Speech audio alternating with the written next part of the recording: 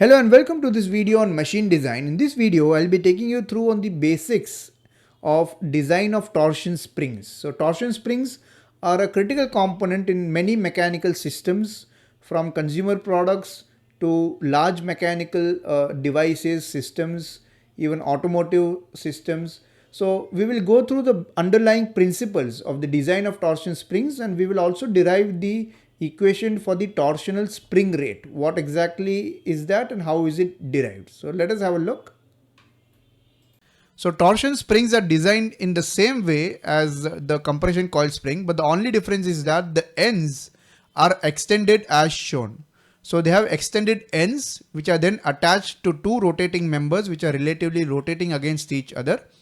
And these springs give a resistance torque between the rotating members. Unlike the compression coil springs, which operate on torsional stress, torsion springs operate on bending stress. So the predominant stress which is developed in torsion springs is bending stress, because as you can see, as the force is applied on this arm of the spring or this wire of the spring, as the force is applied over here, this portion will undergo a bending stress like a cantilever.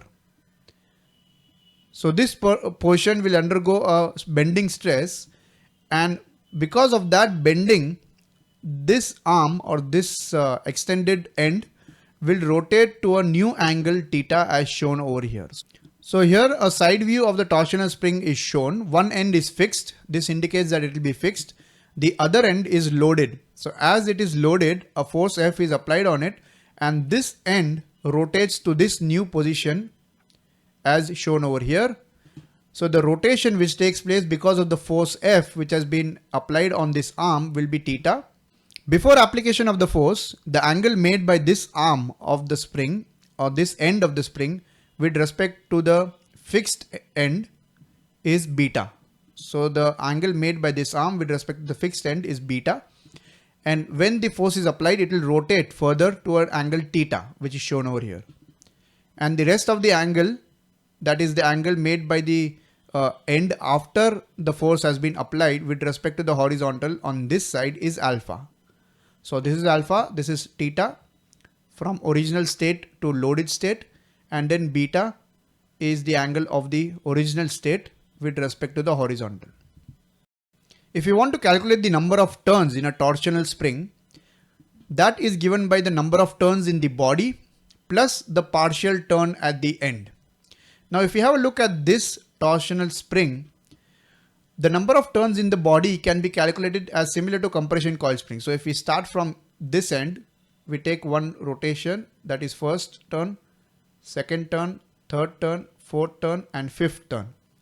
So the body turns are 5, and at the end of the fifth turn, this end is extrapolated and this is the fixed end which is shown over here. But here there is an additional material as with respect to this end which has a rotation which is corresponding to this angle beta. Because this end is not lying on the horizontal, it means that there is an additional turn or partial turn with respect to this end. And that partial turn at the end is calculated by beta divided by 360. If this end was horizontally straight, then beta would be 0 and this partial turn at the end would be 0. But since it is having an angle beta, then that partial turn will be an additional half turn or less than half turn, which is calculated based on this equation, which is beta divided by 360. So the total number of turns in the body will be number of turns plus the partial turn at the end because of this angle. Next, let us see how the rate of the torsion spring can be derived. So the rate of the torsion spring is nothing but the torsional stiffness or angular rate or torque per radian rotation of the spring ends. So for a given amount of torque or a given amount of moment M, what is the angular rotation of the torsion spring? That is given by K, which is the angular rate, that is equal to M, capital M, divided by theta, where M is the moment, which is nothing but force into distance between the center of the coil spring to the line of action of the force. And theta is the angular deflection which the torsion spring takes. The angular deflection of the torsion spring is the sum of the end deflection plus the body deflection. So theta, the total angular deflection theta is equal to theta E, which is the end deflection, plus theta B, which is the body deflection. So end deflection is basically the deflection of the extended arm or extended wire as a cantilever beam. So if you are considering the extended wire as a cantilever beam, so as a cantilever beam, first it will undergo a local deflection or end deflection. Then once that has taken place, the whole body will twist or it will bend because of the force which is being applied on it, and that is called as the body deflection. So there will be end deflection as a cantilever, and then there will be body deflection as a whole. The whole spring will twist. So here is the loaded condition of the spring as the force is applied and the end is deflecting to an angle theta, and this L is the distance between the line of action of F and the center of the spring, which is this point over here, that is L. The final deflection, which is theta in the loaded condition, will have a small amount of end deflection, which is shown over here. So this is only end deflection, only because of end deflection, and basically the extended wire will be acting like a cantilever beam, and that cantilever beam will have an end deflection of Y. So vertical deflection of Y in this view is the end deflection of the cantilever, which is having a length L and a force applied F. So using the standard formula for a cantilever, which is having a length L and a force applied F and a cross-sectional area for known wire dia, so the cantilever will have a deflection of Y, which is equal to FL cube divided by 3EI. So this is the equation for a deflection based on the standard formula for a cantilever as shown. So Y, which is this deflection, will be equal to F, which is the force applied, L cube, which is the length of the cantilever, divided by 3EI, where E is the Young's modulus, I is the area moment of inertia of the circular cross section of the wire. So the contribution from end deflection theta E will be nothing but the ratio of Y divided by L. Y divided by L is theta E. The angle theta E is given by Y divided by L from this triangle. So theta E is equal to FL squared divided by 3EI. So Y is FL cube divided by 3EI. FL cube divided by 3EI divided by L. L and L will get cancelled, so cube will become squared. FL squared divided by 3EI is theta E, which is the angular end deflection, theta E. I is pi d to the power of 4 divided by 64 here. If we replace that value over here, we will get theta E is equal to 64 m into L divided by 3 pi d to the power of 4 into E. Next, if you want to find out the angular deflection which is taking place from the body of the coil, we have seen already the angular deflection which is taking place at the end. Now the angular deflection taking place at the body, which adds to the final deflection, is theta B. So that can be found out using the strain energy method or Castigliano theorem. So the strain energy for the wire which is undergoing bending is given as U is equal to integral of m squared dx divided by 2EI. M is the bending moment which is applied, E is the Young's modulus of the material, I is the area moment of inertia. Now M is F into L, which is already known, force into the length L, which is the distance between the center of the spring to the line of action of the force, that is moment M. Now if we take the deflection because of the body only, if we only take the deflection because of the body, then theta B is that angular deflection, and this arc which the end makes is going to be L into theta B. So the arc length is given by R into theta, radius into theta. So here the radius is L, which is the length of the arm. L into theta B will give the length of the arc. So the force will deflect through a distance of L into theta B.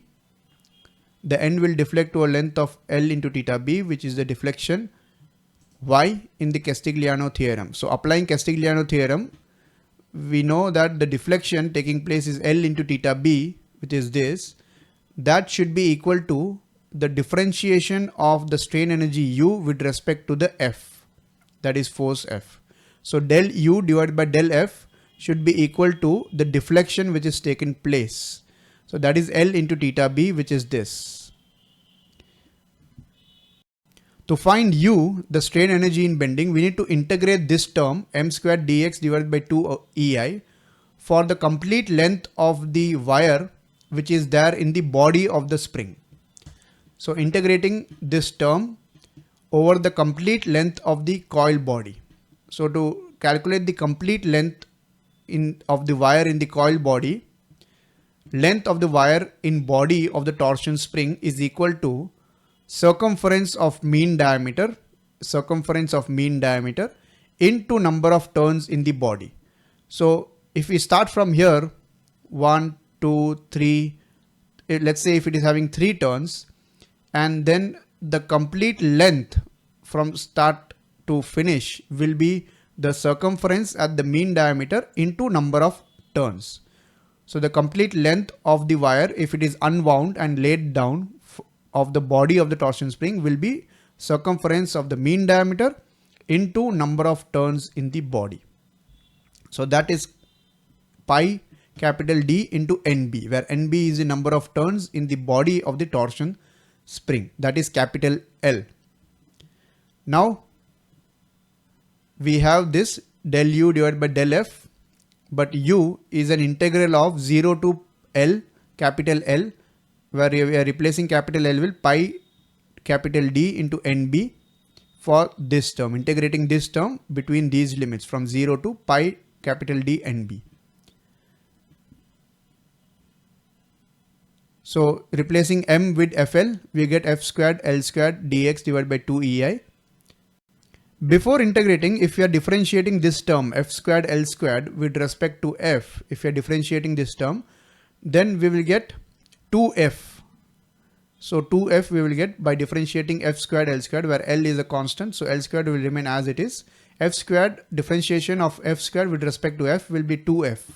So 2 and 2 will get cancelled. So FL squared dx divided by EI, and this integration has to be done from 0 to capital L, which is pi capital D into NB. On the left hand side, Y is replaced by the deflection L theta B. So now if we are integrating, before integrating, if we are replacing I with pi d to the power of 4 divided by 64.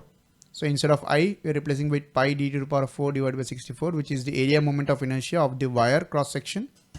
Now if we are replacing this value of I with this, and if we are integrating, we will get the solution as theta B is equal to 64 FL capital D NB divided by d to the power of 4 E.